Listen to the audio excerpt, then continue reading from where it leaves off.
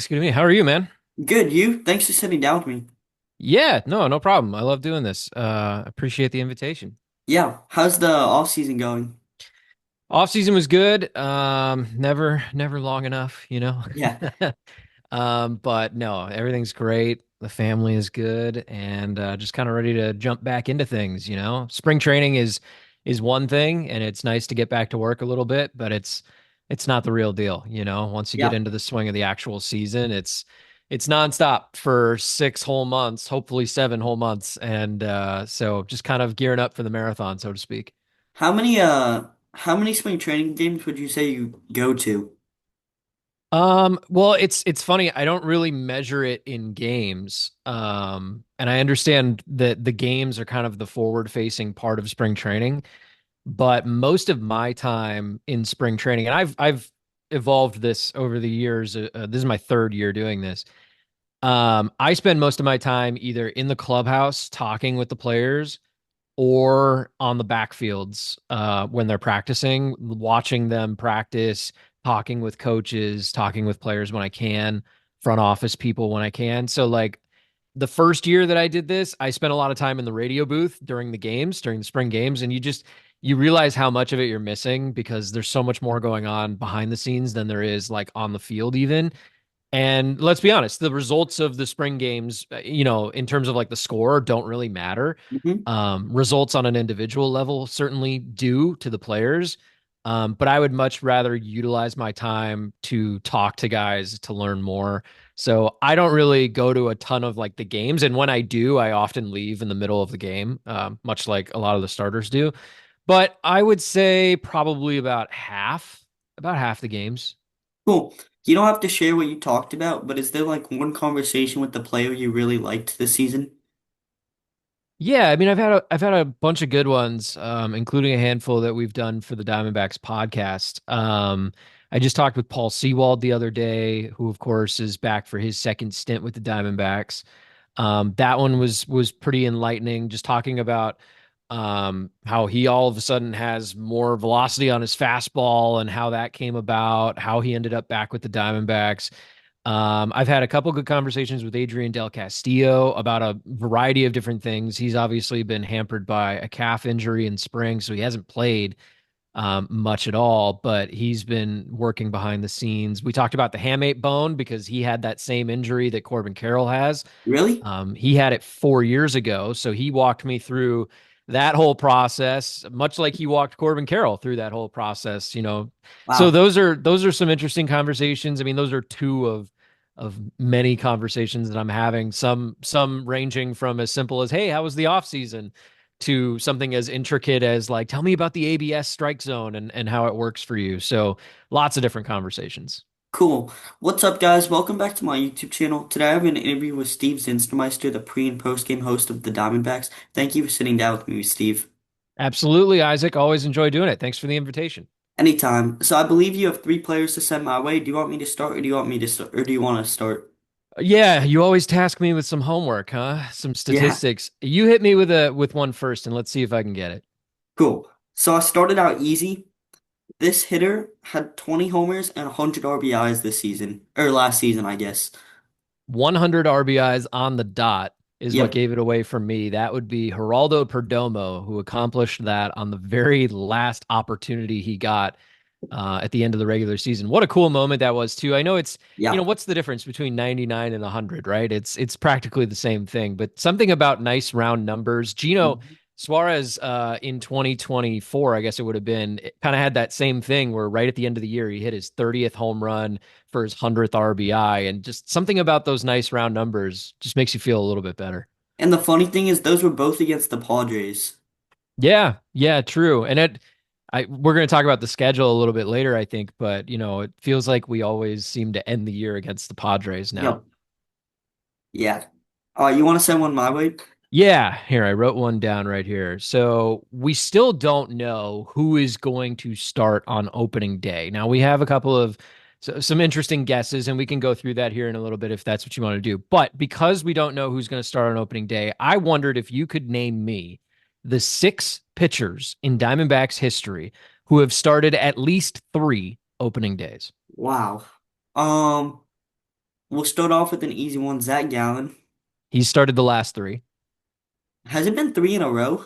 Yeah, it was three in a row. It was two in a row, and then last year Corbin Burns would Yeah. have started opening day, but then Torey Lovello decided to give that nod to Zach Gallen. Randy Johnson. Randy Johnson, he started a bunch of them back in the early 2000s. Did Kurt Schilling ever get three or no? Because he had Randy. I don't know that Kurt Schilling ever started an opening day for the Wow. Diamondbacks. I'd have to look that up, but he definitely didn't get to three, but I don't know if he ever got one because Randy was here most of that time. Yeah. Brandon Webb. Brandon Webb did it. He had a handful back right after Randy and Kurt were there. Um, this is a shot, but Robbie Ray. No, Robbie Ray didn't do it. There's how many do you have? You have three: Three. Gallen, Johnson, Webby. There are three more, two of them within the last 10 years. Um, are any of them still playing? The last two? No, they're not playing currently. Uh, This is a good one.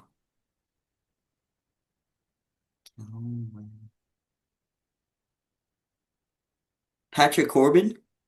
Oh, No, he's still not playing anyway. not Patrick Corbin, but there is a lefty on this list who did it the 3 years before Zach Gallen did it. I mean, it's not a lefty, but does Zach Greinke ever get three?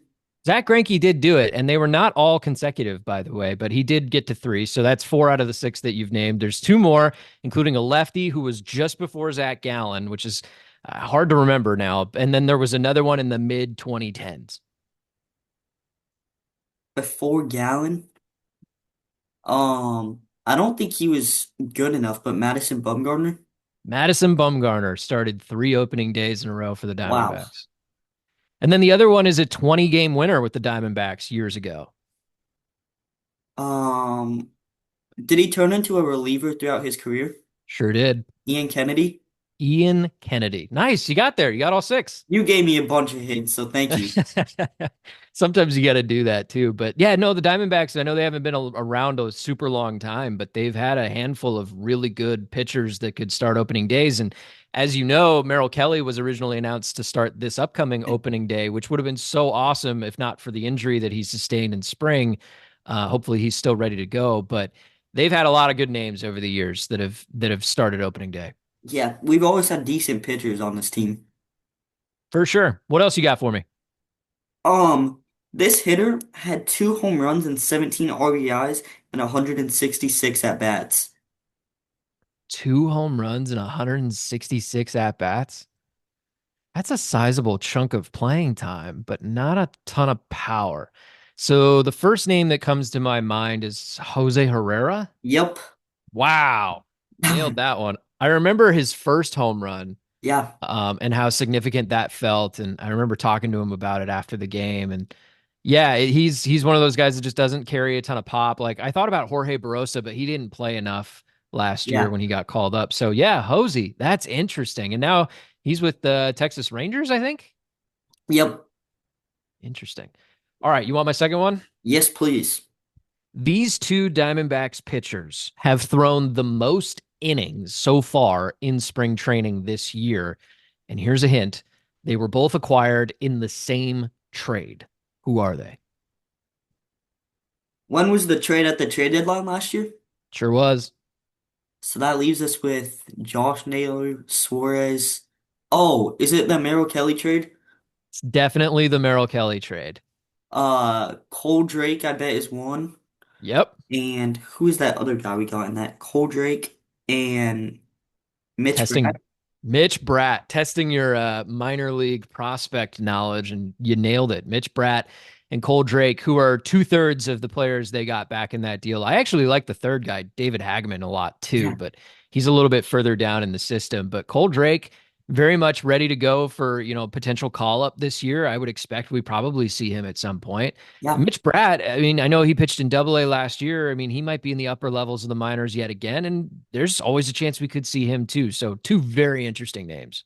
I think it's funny. We traded Merrill Kelly for three very good pitching prospects. Now Merrill Kelly's sharing a clubhouse with them in spring. Yeah, master class on how to go about being a front office member.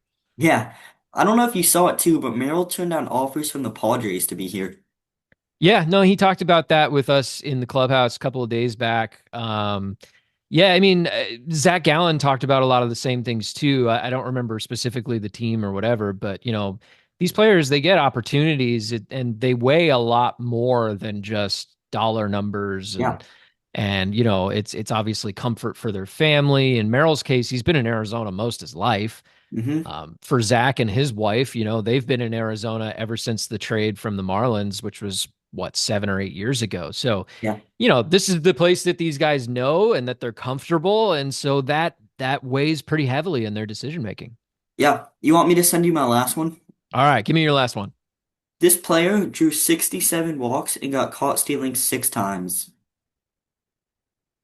67 walks. So it's not Geraldo Perdomo because he had 90 something. Sheesh. Um, six still caught stealing 6 times tells me that they probably stole north of 20 bases. Is it Corbin Carroll? Yep. Okay. That some deductive reasoning finally got me Yeah. there. Yeah, it's crazy. He stole like 31 bags and only got caught 6 times. Yeah, no, and there was once a time where Corbin Carroll was swiping 50 plus in a season. And, I talked a lot about this with him and with Dave McKay, the outfield coach slash first base coach slash base running coach, I guess you could say. And, it's not a perfect science, stealing bases. Sometimes it's about, what you're trying to accomplish. And I think Corbin Yeah. has taken a small step back from trying to swipe every single bag that he possibly can. But also, too, he's not getting on first base as much as he used to. Now he's hitting the ball over the wall a lot more. And so you have to account for that, too. Yeah, you don't expect it with the size, but he just mashes. Yeah, for sure. All right. I got one more stat for you, and this is the most straightforward one. Ready? Yeah. In honor of Paul Sewald, who we already mentioned, in honor of him being back with the Diamondbacks for a second time, and maybe he's the closer, maybe not, but who is the closer in Diamondbacks history with the most saves? Wow, you told me this was the most straightforward, but I'm drawing a blank the most here. Well, it's also tough too because I'm giving you historical questions, and I'm a little bit older than you are, Isaac, so maybe it stands out a little bit more to me. But the Diamondbacks have one guy who was probably definitively the best closer in their franchise's history. I'm just gonna throw out a wild one. Fernando Rodney? No, not Fernando Rodney. Although I think of this guy in a similar style as Fernando Rodney. You want me to give it to you? Yeah. Jose Valverde had Yeah. 98 saves as a member of the Arizona I probably should Diamondbacks. have known that. Yeah, he was a great closer back in the day. I mean, this is a little bit before your time. I'll grant you that. So it might not be a fair question for me to ask. But yeah, I mean, the Diamondbacks, it seems like every year are trying to figure out who the closer is going to be, right? And that debate continues on here in this spring training. And I'm interested to see who they end up going with in the ninth. Yep. All right, so now we're gonna list the deals, the major league deals they did, and I want you to grade them on a scale of A being the best to B to C to D and then F, if that's okay. Yeah, all right, let's do it. We'll start it off with we signed Taylor Clark to a 1 year deal with around 1.5 million. I think that's a B plus somewhere in that range. I mean, Taylor Clark might not be the biggest name in terms of like the closers that were coming off the board and free agency. He's, not Edwin Diaz or some of those other big names that got moved. But Taylor Clark had a really good year with Kansas Yeah. City last year. Really respectable numbers. And it's a guy who was a member of the Diamondbacks a while back. And so he's one of the many names that they're bringing back this season. I'm excited to see what Taylor Clark has in the tank. I think it's a great move, especially considering it's kind of low risk, high reward, and I think he's going to be one of the many names that stand out in this bullpen this year. Yeah. Down the stretch last year for Kansas City, he had a .98 ERA the whole second half. Yeah, dude had a really good year, reestablished Yeah. himself. I'm excited to see what he does with his next opportunity. And then, like you said, bringing him back, we brought back Paul Seymour on a 1 year, $1.5 million deal. Yeah, I mean, how do you not look at that and say that that's got a lot of intrigue behind it? I don't know that I'm giving it like an A plus, but Paul Sewald is an A plus individual, Yeah. and in that clubhouse, I think that's super valuable. A lot of the guys I've talked to, like Kevin Ginkel or Ryan Thompson, they value Paul Sewald's leadership. They value what he brought to the team when they went to the World Series in 23. And in talking with Paul, he's feeling as good as he has in the past couple of years. 24 didn't really go his way. 25, he wasn't healthy at all in with two different teams in the AL Central. So I think that, he's come in, he's throwing the ball harder than he has in years. He touched 92.7 Wow. on the gun on the other day, which is about 2 miles an hour faster than he threw last year. He feels good to go. He looks good to go, and he's making this bullpen feel a lot like the one that took him to the World Series. Yeah, he's my pick for bounce back player of the year this year. I think that's a pretty solid pick. Yeah. Over the offseason, we traded Kyle Backus, who was a lefty that he kind of struggled but showed promise for the Phillies with the prospect that, if I'm gonna be honest, no clue how to say his name, but he's a tall guy that has a lot of power and not a lot of speed. Yeah, and if I could touch on Backus quickly, man, I loved getting to know Kyle last year. We had him out on the pregame show, and he's a Texas guy like me, but he's even more southern because he's down from that rural parts of Houston area. It's just such a good guy and a good family man. So sad to see him go, but also too, that's another left-handed reliever out the door. Yeah. And then with the injury to Andrew Saalfrank, he's not going to be around this year. So now you're limited in your left-handed options out of the pen. So we'll see how that impacts the Diamondbacks moving forward. And then we ended up re-signing Merrill Kelly to a 2-year, $40 million deal after giving up or after getting three prospects in return for him. Yeah, it's like we talked about earlier. A plus, A plus plus plus plus. Yeah. Merrill Kelly is a Diamondback. He is Arizona. I talked about this. I talked with him about this a year ago, last spring training, when we kind of knew, hey, some decisions are coming up, right? Like you're going to be a free agent at the end of the year, and how valuable is Arizona? And he's like, it's everything. Arizona means everything to him. It's where he went to high school. It's where he pitched in junior college and then at Arizona State University. Obviously the Diamondbacks gave him his first big league opportunity after he traveled the world to Yeah. perfect his craft. And so yeah, huge deal to get Merrill Kelly back. He's mainstay Merrill for a reason. He's got the highest floor of any pitcher on the staff because you know exactly what you're going to get from him every single time. And I think that the ceiling might be a little bit higher now than ever before because he went out, tested free agency, tested his value, and as you pointed out earlier, he had other opportunities and decided that the Diamondbacks were still the right one for him. I hope that he's ready to go for that first, turn through the rotation. It looks like he's not going to be ready to start opening day, but hopefully that doesn't impact the number of starts he makes over the course of the season. Yeah, he's incredible here. And then we ended up bringing Zach Gallen back basically on the qualifying offer. He just didn't accept it. A 1-year, $12.5 million deal. Yeah, and it's quite a significant discount with some of the Yeah. deferred money that's involved. So it's funny how things work out, man, because I remember Tori Lavello on the radio at the beginning of the offseason, or maybe even the middle of the offseason, saying, I don't know if we're swimming in the same ponds as Yeah. Merrill and Zach. I don't know if we can get either of them. And then about 2 days later, they got Merrill Kelly. And then lo and behold, here we are, at the end of the offseason process, and Zach Gallen is available magically.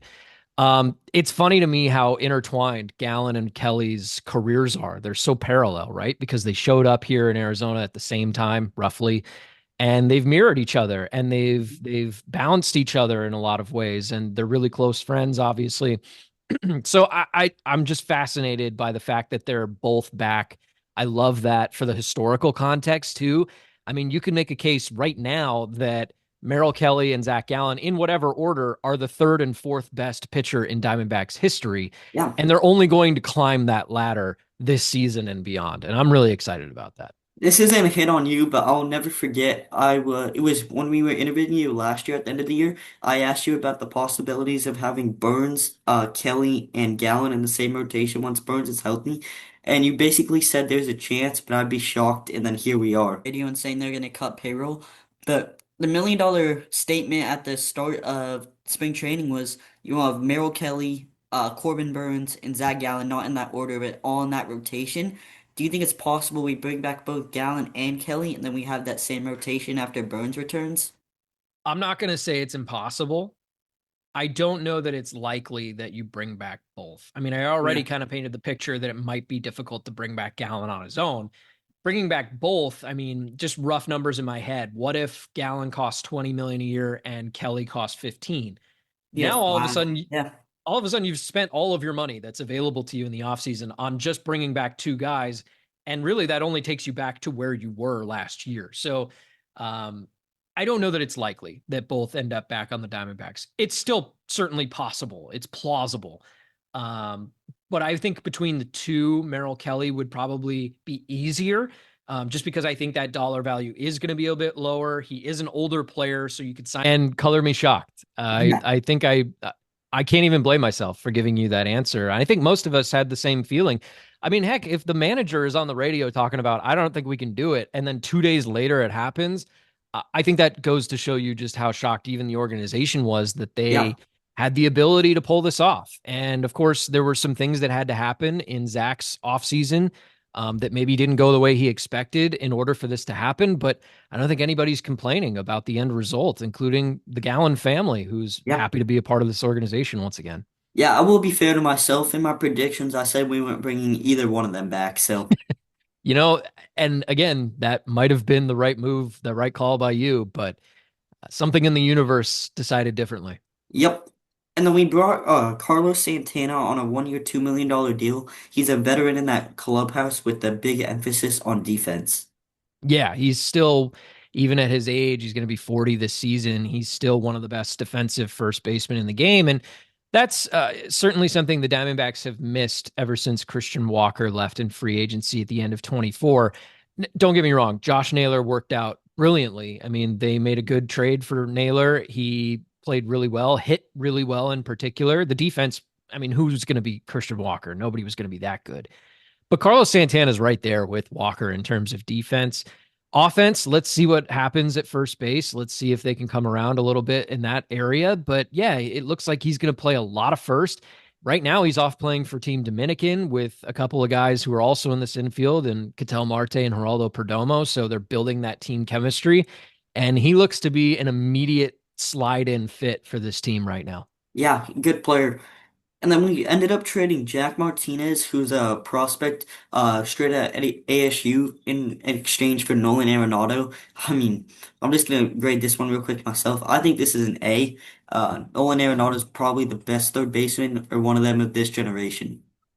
There was a member of the front office who told me a couple weeks before the season ended, so back in September, who said, "We are going to get better defensively this offseason, even if it means that we take a small step back offensively. Like, we're going to get better on defense." And that started with infield defense.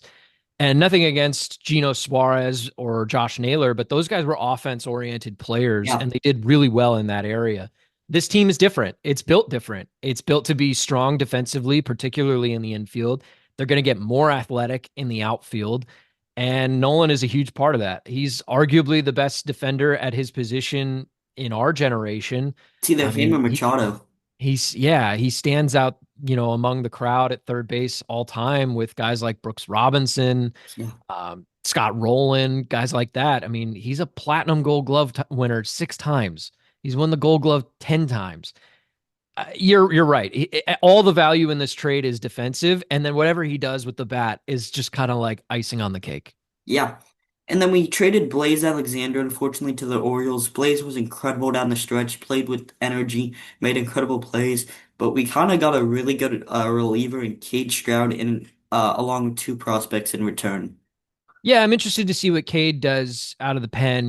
He's got a really interesting pitch mix and an arsenal, and had a pretty darn good year. All granted, it was a small sample size with Baltimore last year, but I'm interested to see if he makes the opening day roster or if we just see him at some point. Which there's probably 15 to 20 relievers that are going to make an impact at some point during the year.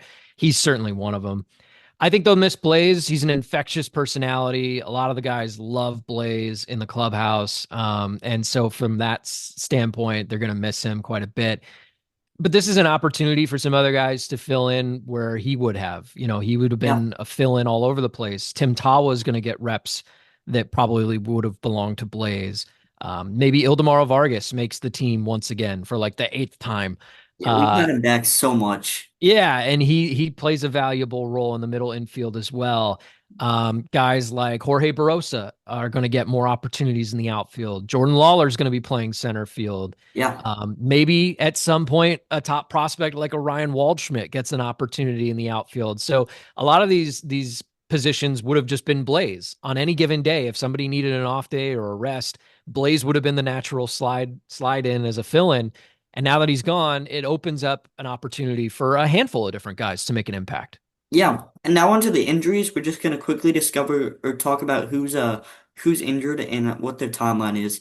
So we'll start with unfortunately the big one that recently happened. Corbin Carroll broke his hamate bone, and it was right after like Jackson Holiday and a couple other Orioles broke it.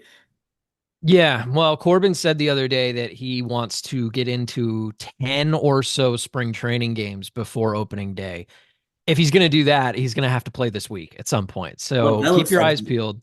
Yeah, over the next couple of days, keep your eye on the lineup card. I wouldn't be shocked if we see Corbin Carroll very, very soon. And that tells me that he's probably going to be ready for opening day when they're in LA on March 26th. The one thing that surprises me about Carroll, like the day after the surgery, this guy was out throwing weighted balls against a brick wall as hard as he could. Yeah, I was there that day and I remember he came out and he started throwing the ball against the wall. I was standing there in the lawn kind of right behind him and I was like, is that Corbin? Is it like he just had surgery like yesterday? What is he doing? But he is doing literally everything that he can physically to be ready for the season that doesn't involve, the hand that he broke and had surgery on. Of course, now he's back to fully swinging. He's taking at bats. He's pretty much full go right now. It's just a matter of easing him back into games. And unfortunately, Merrill Kelly has his back issue that's going to probably take away that opening day start. But do you think it's possible he's back in the rotation for the first time through? I'm hoping that he will be. I mean, that is the plan for the Diamondbacks right now. They have a couple of contingencies that they could fall back on. Like, if they have six starters as of right now who could be ready to go for the start of the season. So whoever that sixth guy is, whether it's Michael Soroka, Brandon Pfaadt, whoever, that guy could start on that first time through and then push Kelly to the second time through. Or they more likely, and Torey Lovullo has talked about this as an option, they could piggyback Merrill Kelly in his first start, meaning he could go out there for a handful of innings and then they could piggyback him with another starter. That's another option. So I'm hoping he's ready to go for that first time through. I think he's certainly pushing for it. He got back on a mound the past week or so. He's throwing live batting practice. I forget exactly what day his next appearance will be, but he's getting back into competitive pitching, which is good. Yeah, I don't know if you saw it, but it might have been days before, but it came out yesterday. There was a video of Merrill Kelly facing Corbin Carroll on a backfield. Yeah, we were there for that. It was pretty cool to see that opportunity. I mean, that's one of my favorite things about spring training, and one of my favorite questions for pitchers is, hey, you don't get to face your own guys all that often, really just Yeah. in spring.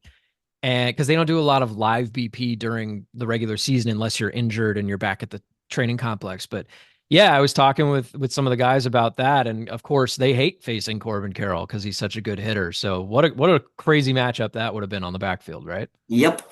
And then Lourdes Gurriel Jr., he said he wants to be back for opening day. Do you think he will be? I don't think opening day is realistic, and I only say that because that's what management has said all along that they're kind of tamping down his expectation of that. I love that he's ready. He says he's ready to go, and I'll tell you what. Every time I see him out on the fields, he impresses me with what he's able to do. Considering it wasn't that long ago that he tore his ACL, and it 5 months. typically should be like a full year injury, but it looks like it's not going to be. So to answer your question, no, probably not opening day, but from all accounts, and there's been some reporting on this that maybe 3 to 4 or 5 weeks into the season, we might see him. If we see him by, the start of May, I still think it's an incredible story and an incredible Yeah. recovery. And then one of the biggest ones, Corbin Burns, he even said it, I believe, a couple of days ago around the All-Star break. Is that what you expect from him? To his credit, that's what he said last year when he got Yeah, the surgery done. He made it clear, I'm trying to be back by the All-Star break, and he's stuck to that all along. So he has never wavered in his pursuit of that deadline. I tend to think that if that's his goal, he's going to get to it. And the organization seems to be reiterating the same thing. So yeah, I think he'll totally be around that time. I mean, does that mean exactly during the All-Star break? And does that mean he's full go at the All-Star break? Does that mean that he's coming back and throwing 4 innings at the All-Star? I don't know exactly what that all looks like yet. But yeah, I think he's going to be back in the fold with the Diamondbacks about mid-year. That's a big arm. Huge, huge. One of the best in baseball. Yeah, a former Cy Young Award winner. And it's just a matter of, figuring out what are reasonable expectations for a guy who's coming off of significant arm surgery. I don't expect him to go out there in the second half and be a Cy Young candidate. You know what I mean? Like, you do have to kind of have reasonable expectations, but a guy like that, I mean, the level he can pitch at, we've seen guys like him, like Jacob deGrom and others who have had multiple surgeries and still look like their normal selves. So I'm hopeful that he's going to continue to be that ace that they signed him to be. Cool. And then AJ Puck, he didn't have like full Tommy John, and he said he wants to be back in the first 2 months of the season. Do you think part of that's because he's a free agent and it's kind of like Tarek Skubal, where he didn't pitch in the WBC? Puck wants to return early to show he can have a great year. I mean, maybe that's part of it, having a good year, but I don't think players tend to think about the free agency aspect of it too much. I think for him, he wants to play in games. I mean, Yeah. remember, AJ Puck got traded here in the middle of 2024, so he really only had about 2 months there, but he was one of the best pitchers in Mhm. baseball, relief pitchers in baseball at that point. So coming into 25 last year, he was supposed to be this dominant left-handed option for the Diamondbacks, and he blows out his elbow. So he just wants to get back on a mound. I don't think it's motivated necessarily by the contract or anything like that. I think that what he wants is to be out there. He wants to be contributing. He wants this team to make the playoffs. I think those are the things that are probably motivating him more so than what you had mentioned. Cool. And then Justin Martinez, August or September for timeline, I'm guessing, because it's the second time you don't want to rush him. Yeah, that seems to be the messaging they've put out there that, he's definitely a second half guy. I think August would probably be reasonable. And again, the same conversation we just had with Corbin Burns, right? Like, what are reasonable expectations? Does he come back and he's immediately the closer again? At that point, AJ Puck will have a couple months under him back in the bullpen. So, they'll certainly have a good mix of guys at that point, I would think. So he is, like we said earlier, icing on the cake, right? You'll get Yeah. Justin Martinez back in the fold, hopefully at a point in time where you're making one last big push in the last month and a half of the season to try to get to the playoffs. Cool. Now onto the positions. So at first base, you have Carlos Santana. Do you think he's going to platoon with Pavin Smith? To some degree, I'm still curious about this because I think if you add Carlos Santana for his defensive value, which is what we talked about with him and Nolan Arenado, right? Like, the value of that player is defense. Yeah. So I would think they want to play him at first base as much as they can, even against right-handed pitching. So could Pavin Smith get some DH opportunities mixed in there? For sure. I think that that's definitely the plan. There will be some platooning. There will be multiple first basemen. I have no doubt about that. I don't think Carlos Santana is starting 160 games or so. Yeah. But I do think that you want him out there as much as possible to capitalize on the glove, which is the whole reason he's here. And then what about like a Tyler Locklear when he returns? Do you think he'll get action at first? Yeah, I mean, it depends on where they're at the time that he comes back, right? So Tyler Locklear, could he be best suited for some AAA, opportunities before getting the call back up to the big leagues? And will there even be room at that time? You can't really carry three first basemen, three guys who only play first base. I know Pavin has played some outfield in the past, but that's a while ago. Santana was a catcher earlier in his career, which was funny. The other day we were in the clubhouse and somebody mentioned that, and Ryan Thompson, one of the relief pitchers, was shocked that Carlos Santana was a catcher. He had no idea. So we got a good laugh out of that. But yeah, I mean, like, you can't really carry three first basemen on Yeah. the roster with the way that things are these days. So I don't know what that opportunity looks like, but I am excited to see what Tyler Locklear provides. There's a reason that they traded for him last year, and that's because they hope that he weasels his way into that conversation for the long term. Yeah, and then at second base, you have the best second baseman in baseball, Ketel Marte. I mean, 28 homers in 130 games. Do you think Tim Thaler or Odemar Vargas is the backup for Ketel? I think probably Tim Towel will get some looks at second base in the event that Cattell is out. Remember last year when Cattell was out early in the season, that's how Tim Towel got his first call up, Yeah. was playing a lot of second base. And I know he's capable of playing first and third and outfield. And I certainly think Tawa will play all over this year as kind of the Swiss Army knife. But yeah, I think that's probably Tawa's spot. Obviously, Cattell's going to play a lot of second base this year, and that's what you need him to do. I also think that it's worth mentioning Tommy Troy is a really good prospect in the minor leagues, a former first round pick out of Stanford for these guys. Or sorry, Tawa's out of Stanford. Was Troy Stanford? I forget where he went. Stanford is Troy too. Is that Troy too? Yeah. Okay. Yeah, Cool. So two Stanford guys at the same position, and Tommy Troy currently leading the Diamondbacks in spring training with hits. He's got 12 of them, and yeah. last I checked, he was near the top of the list for all of the Cactus League. So they've got pretty good depth they're building up in the middle infield right now. And then at shortstop, you have Geraldo Perdomo. He says he wants to play every day. It's not a bad thing, but Torrey gives players off days. Do you think we then see Taller at shortstop too? I don't know if we'll see Tawa at short. That's a question that's been asked a little bit. I'm sure he could do it in a pinch if he needed to. He's super athletic, former Gatorade Player of the Year in Yeah. football in the state of Oregon. I mean, like this guy's super athlete. He's not that big of a Um, dude too. no, not terribly. But I think shortstop is probably going to fall on somebody else's plate in terms of being the backup. You mentioned Ildemaro Vargas, who's a non-roster invitee, but he's made this team so many times in the Yeah. past that we know they value him. That seems to be the most logical case for me, at least to start the year. There have been reports that the team has been looking around for a possible trade for a versatile guy who can play shortstop. And obviously, that would be filling the role that was left open by the Blaze Alexander trade. So maybe there's a chance they still add somebody that could be in that mix. But as of right now, I think Vargy might be the guy. Yeah. And then at third, you have Nolan Arenado. Again, he's a little on the older side. So as a backup, I know he's in the outfield, but do you put Jordan Lawler as your backup at third? Maybe there's a chance of that. I think if it were up to me, this is just my opinion, but if Jordan Lawler's going to play regularly in the outfield, I want to keep him in the outfield. I don't want to Yeah. bounce him around too much, put too much on his plate. Could he handle it? Absolutely. He totally could. But I think, there's a reason you have versatility on your bench in the infield already. Tim Towell, we brought up, who has been getting reps at third base. That's actually where I saw him on the first day of camp. He was Really? standing behind Nolan Arenado, taking balls at third. He's been, quietly observing the platinum gold glover and asking the right questions, I'm sure. So Tim Tawa makes the most sense to me. Vargas could play third in a pinch as well. There doesn't seem to be a need to bounce Jordan Lawler around unless you're just searching for at bats for him. But I think those are going to come in the outfield. Yeah, and then in the outfield, like you said, once Lourdes comes back, left field's probably his position. But let's say Lourdes isn't back on opening day. Do you think you run out an outfield of like a Barossa, Lawler, and or how do you do this? Because you have Barossa, Lawler, in the outfield, Carroll, Alec Thomas, Jake McCarthy's gone now, but Yeah, here's how it breaks down for me in the outfield. Corbin Carroll is obvious, right? yeah, And whether he's on the opening day lineup or not, I mean, he's going to be available pretty quickly.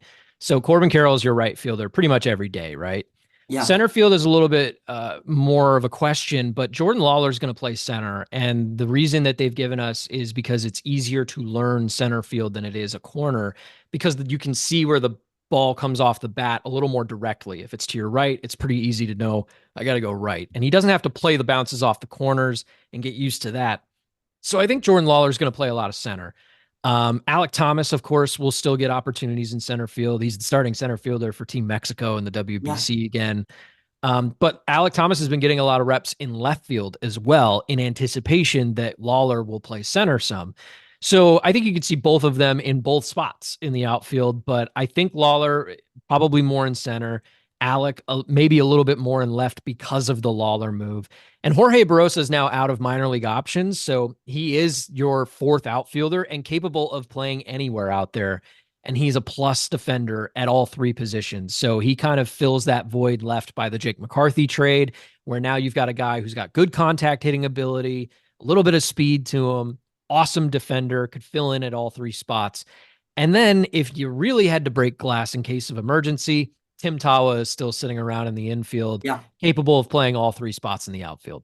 Cool. And then for catcher, you got Gabby Moreno, James McCann, and ADC when he comes back. Do you think Gabby's the starter, McCann's the backup, and then ADC can get DH opportunities? Yeah, 100%. As of now, put the ADC thing aside for just a second, but Gabby Moreno is going to be the starting catcher once again. This is year Yeah. 4 as the starting catcher for the Diamondbacks, and they're looking for him to take even more of a jump. Obviously he's going to jump up in the lineup a little bit with guys like Suarez and Naylor no longer in the lineup. He's going to move up potentially to be their cleanup hitter during the season. We'll wait and see how that shakes out. So he's going to play a bigger role on the offense. And then defensively, we know he's one of the best catchers in the game of baseball. He's got a great arm.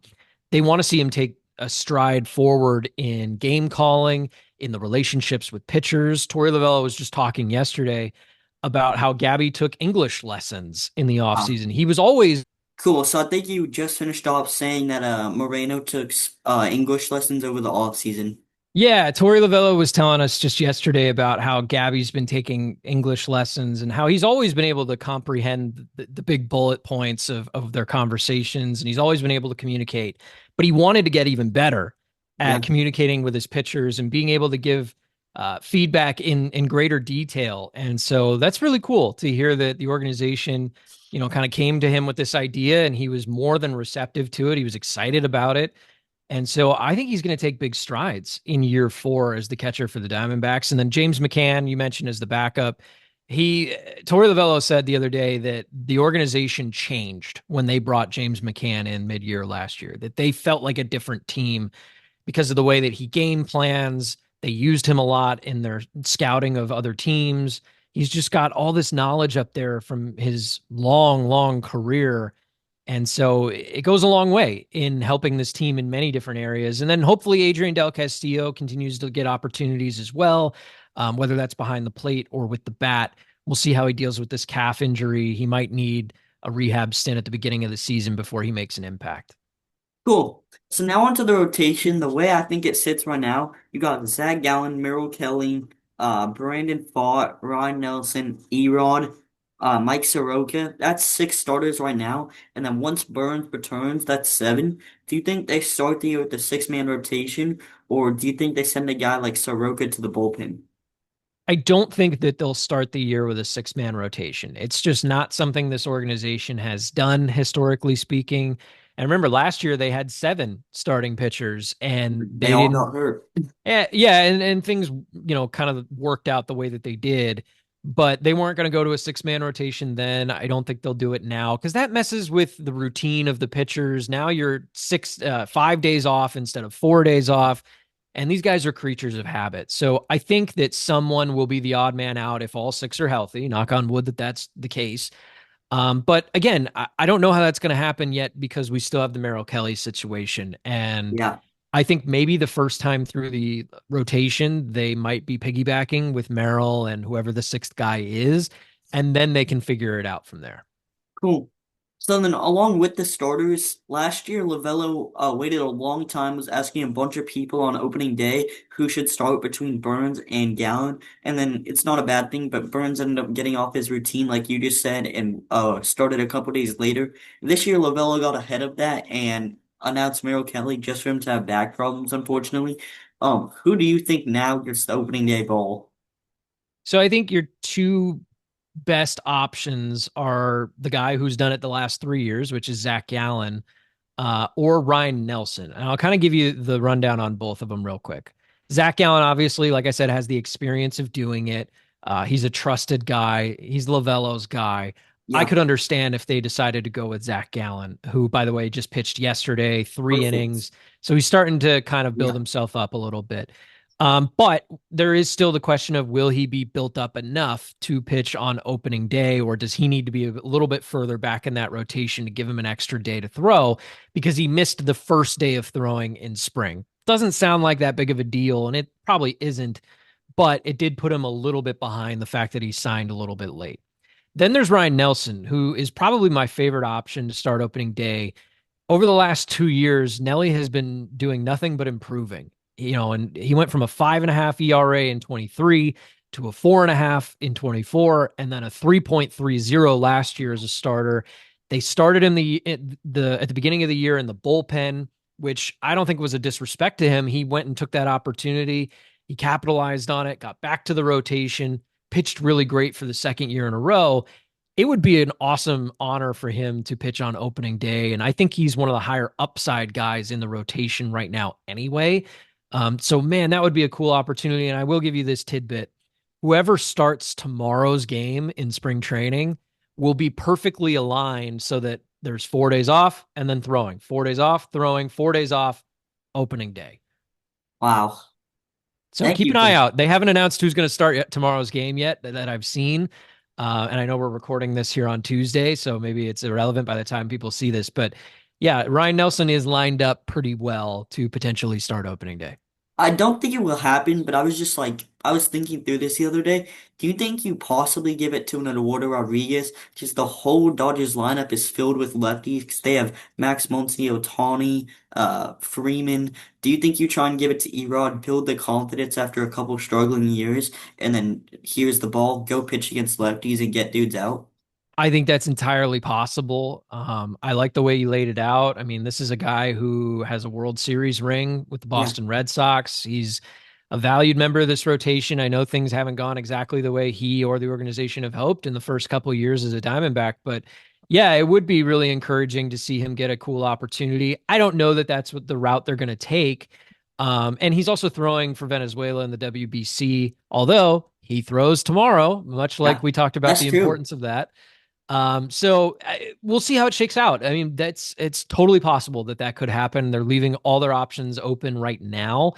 I don't know how they're going about scheduling throwing with the WBC Yeah, teams because obviously you've got two different organizations, two different teams really trying to figure out the best way to navigate that with individual players. So we'll see.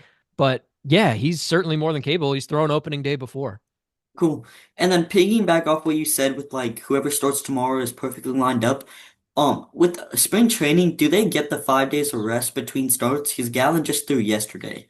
Yeah, it depends. I mean, it's a little bit less about the starts and a little bit more about competitive pitching. Is a term I used earlier for Merrill Kelly, and what that means is they could get their work in a game. They could get their work in on a backfield doing live batting practice, like you talked about with Merrill Kelly and Corbin Carroll. Like Merrill hasn't actually made a start yet, but he did throw live batting practice. So like it is kind of the same in terms of just getting your work in. So no, it's not a perfect science in spring training, but we are starting to get to the point where the Diamondbacks are reassigning players to minor league camp. They're optioning guys to AAA. And it's not that those guys won't appear in the games. It's just that now we're starting to button down. And as they get players back from the WBC, like Erod and Soroka, I think you will see a little bit more of a regular set schedule for those starting pitchers. Cool.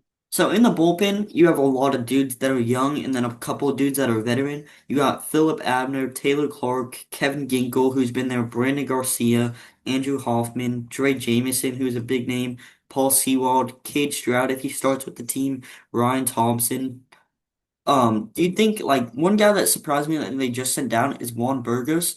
Do you think they send down more minor league dudes and bring them up and start with the veteran bullpen? Because the bullpen was a bit of a weak spot last year. I think the bullpen probably starts with four locks in my mind. Paul Sewald is a lock because he's a veteran guy. He's in his 14th major league spring training. You don't bring that guy in just to be a minor league option. He's on a major league deal, so he's a lock. Taylor Clark, who's back for his second stint with the Diamondbacks, he's a lock in my mind.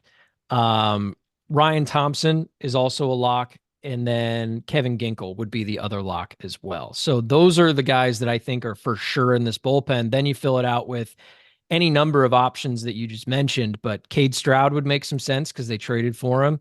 Dre Jamieson would make some sense, certainly.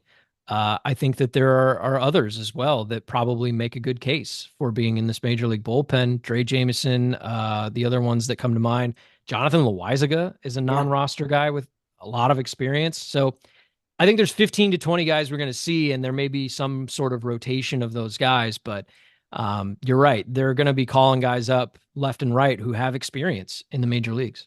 Cool. And then once you get like as the season goes on, you got J Mark coming back, Christian Mena who just got hurt unfortunately, AJ Puck. They're all gonna be out throughout the year. Yeah, and the cool thing is, I've heard a lot of people talk about it as if like, all right, we just got to stay afloat until the All-Star break and we'll get everybody back, right? But it's Hmm. not really how it works out. The way it works out is you're going to get Puck back early. Then you're going to get Martinez back late. You're going to get Burns back middle of the year. So like there's going to be a natural progression of adding guys to this team throughout the year. It's not all going to happen, July 31st at the trade deadline or anything like that. So I think that's kind of nice. This team is going to evolve over time throughout the Yeah. course of the year, and that's kind of good to know. Until like Jama or Puck gets back, Tori likes to have like a lockdown closer that he can immediately go to. Right now on opening day, who do you think that closer is? Is it going to be a opening door that guys go through? Man, I don't know who it's going to be, and I'm not sure that they do yet either. And I'm not sure it's going to be like some big announcement before opening day that this guy is the closer and he'll pitch every ninth inning. I mean, historically speaking, Torey Lovullo has kept that kind of quiet and Yeah. has gone with the matchups as best he could. So I think that's more than plausible. But I do know that it will be some combination of Paul Sewald, Kevin Ginkel, and Ryan Thompson, probably in some fashion, because those are the names that every time we talk about the closer, Torey Lovullo brings them up. Yep. And it reminds me of the 2023 bullpen that went to the World Yeah. Series. So is it Sewald because he has the most experience? Maybe. Is it Ginkel because he's been here the longest? Maybe. Is it Thompson because he provides this different look as kind of a funky, long reliever? Maybe that too. I don't know who's going to be the closer on opening day, but I think it'll be those guys in some tandem. Cool. And then on to the minor league side. So they have this prospect named Ron Waldschmidt, and the dude does nothing but absolutely rakes. They unfortunately sent him down. Do you think it's possible we see him within the first month of the season? First month, maybe. I mean, there seems to be this opportunity right now with Lourdes out, right? But Yeah. the thing is, right now, like we talked about, I think their outfield is Jordan Lawler in center, Alec Thomas in left for the most part. And then, of course, Corbin in right. So I don't think they had every day at bats ready for Ryan Waldschmidt. I think that's probably one of the reasons that he's not going to be here opening day. He also hasn't played in AAA yet. He finished the year in AA last year, and historically, the Diamondbacks like to get their prospects a good chunk of at bats in Reno and just not skip that rung on the ladder, so to speak. So it makes sense that he's in the minors, at least to start the year. As for your question about when we'll see Ryan Waldschmidt, that might be up to him. Is it 100 at bats in the minors? Is it 200? Is it 300?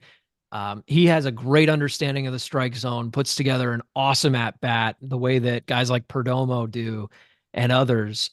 So we're going to see him sooner rather than later. I think he's probably a corner outfielder of the future for this team, maybe the left fielder of the future. But as of right now, they don't really have the everyday playing time for him. Whenever that does become available, however that happens, I would anticipate he's probably the next man up. Cool. And then now onto the schedule. They start the year off kind of with a lot of good teams. They have the Dodgers on opening night, then they go Tigers, Mets, Braves, Orioles, Blue Jays. There's a bunch of really good teams in the stretch.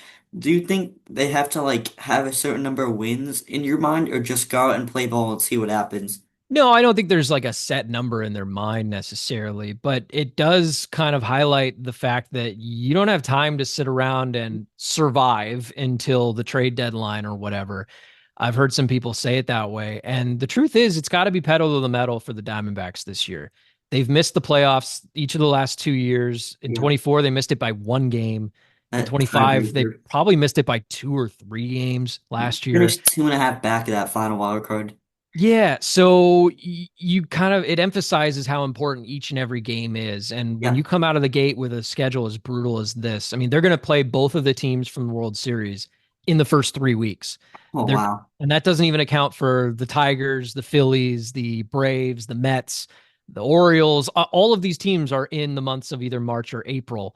And so it is a gauntlet right out of the gate. They're going to be tested very early. And like I said earlier, this team is going to evolve over the course of the year, but you want to set a solid foundation in the beginning. And when other guys look around the clubhouse and they see Nolan Arenado at 35 years old or whatever he is, and they see Carlos Santana at 40 working their butts off, they're not going to look at them and feel like, okay, I can slack off today or I can not Yeah. give 100%. Like this team is going to be full go from day one. Yeah. With that, the Diamondbacks win projected total is at 79.5. Do you think they're over or under that? Well, I would hope that they're over. Yeah. This is a team that, if you look at them on paper, they look a lot like the 2023 team. I don't want to put crazy expectations on them for that, but it's largely the same roster and, a little bit older, a little bit wiser. Some of these guys are better than they were in 23. I would certainly say Corbin Carroll has taken steps. Geraldo Perdomo. Perdomo's much better. And then basically replace Evan Longoria with Nolan Arenado. Yeah. Great defense, like we talked about. Replace Christian Walker with Carlos Santana. That's still really great defense. This team has the opportunity to be a wild card team. If not, maybe win the division. I don't know how much hope there is there with the Dodgers. I get that. But this team should have a chance to make it to the dance. And as they showed in 23, that's all you need is a chance, and then you can make some noise. Exactly. So you're on the team a lot. Last year at the start, like especially the first half, they were winning a couple games, but the team was mostly struggling. And a lot of people were saying that Lovello didn't go full pedal to the metal and kind of just let the team breeze into the season. Have you seen any different like emphasis on defense or anything in spring training or in the clubhouse this year? Yeah, 100%. Nobody ever goes into the season, and it's a breeze. I think the best way to put it is it's a marathon, and, you don't sprint during a marathon right out of the gate usually. So I think the way that I would put it is there's an emphasis this spring on preparation because they came out of the gates last year and played sloppy defense the first 2 weeks. Yeah. And that stood out to the organization. They were like, okay, this is a result of something that we did or did not do in spring training. So this year in spring, they've had an emphasis on, all right, we're gonna really go after it on certain days. We are gonna get after it. We're gonna pick up the baseball and play good defense the way we know we can and the way we should. So I think there's an emphasis on that. It's tough because with so many guys gone for the WBC, they have 13 players playing in the Wow. tournament. I think 10 of them are big league camp guys. So there's a lot of reps there that they're not getting, but those guys are getting those reps in a competitive environment in the tournament. So you kind of have that trade off. I think that could provide an interesting boost for a lot of teams, not just the Diamondbacks, is having their guys go through competitive innings in spring that they otherwise might not have gotten. So it's a push and pull thing, but there is definitely an emphasis this year on we got to come out of the gate strong because we know from the last 2 years, we don't want to be sitting at home on the couch in October thinking about what if we had won that one game against the Tigers Yeah. back in April? What if we had won that one game in early May, against the Pittsburgh Pirates or something? They don't want to be looking back and regretting it. All I'm saying is like you said, not to put too much expectation, but you kind of mentioned it earlier. This team reminds me a lot of 2023. You got kind of an not an old head, but a veteran at third. The WBC was 2023. They made it to the World Series that year, so it reminds me a lot of the 23 team. Yeah, there's a lot of parallels, and I think there's a reason that this organization decided to bring back so many guys. I mean, I've been somewhat jokingly calling the Diamondbacks the run it backs. And they've got the bullpen looking similar with the guys we've talked about. Taylor Yeah, Clark is back. Vargas is back. James McCann was the first guy they brought back this offseason. I think there's a reason for that. They've brought back a ton of people, and I think that's because they know them, they're familiar with them. And I think that they're ready to take the next step. Now, hopefully that means that this team is heading for the playoffs in October. cool. So now onto the stats. I'm gonna give you a category. I want you to tell me who you think's gonna lead the team this year in that category. So Okay, let's do it. we'll start it with stolen bases. Who do you think's gonna lead the team in stolen bases? I think the natural fit is Corbin Carroll. The Yeah, only other player on the Diamondbacks the past few years that would have touched that is Jake McCarthy. yeah. Had that flat speed, but obviously with him being gone, I think Jordan Lawler has a ton of speed in the tank as well. So there's always a chance that Lawler could stand out in his first full big league season. But the safe pick would be Corbin Carroll, and keep an eye on Geraldo Perdomo because that guy still managed, I think, 27 stolen bases last year, and he's not the fastest cat out there. Yeah. And then what about RBIs? So last year, Geraldo Perdomo led the team in RBIs. I don't know if that's going to happen again. I hope that it does. I hope he has a comparable year. But I think the way that the lineup is built, I mean, Gabby Moreno stands to potentially have a big impact in the middle of this lineup. Maybe Nolan Arenado does as well. I think the best bet is either Perdomo or Marte. And if Marte is healthy, knock on wood that he is, I think maybe he's got a chance to really stand out again this year. I think Catel's gonna have a monster year. Like he might win the MVP just because like they didn't end up training him and the connection seems to be back. But like his family's here, his house is here. He wasn't happy about the thought that he could have been moved any minute. He's certainly motivated. He said in the clubhouse the other day he's looking to win a gold glove, which tells me he Yeah, wants to play in the field every day. This whole thing about, do we DH him to get him off his feet? Like, yeah, maybe there's some of that, but this guy wants to be the best second baseman in the game, and he has been for a number of years. He's still at the peak of his powers. So, yeah, I think he might be a safe bet. cool. And then who do you think leads in home runs? So last year, the most home runs by a Diamondback was actually Gino Suarez before he Yeah, got traded. But Corbin Carroll finished the year with 30 plus. I still think Cattell could be in that mix.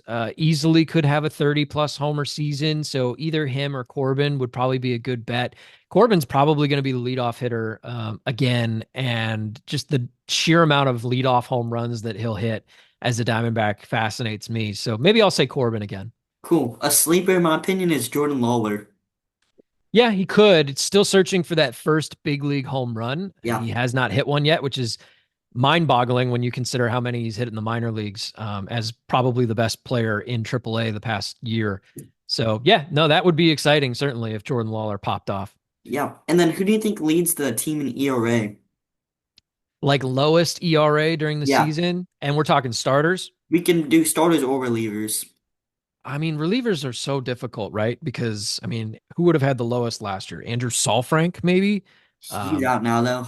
And it depends on what limit you put on innings and stuff. But among the starters, if I had to guess who will have the lowest ERA, I mean, the best bet, or maybe one of the favorite bets would be Ryan Nelson. Like we talked about, he's just shown improvement each of the last 2 years, really ever since he came in relief in that World Series game in Mhm. 23, and he's turned things around dramatically. And he's got one of the best pitches in baseball, which we've talked about before, in his fastball.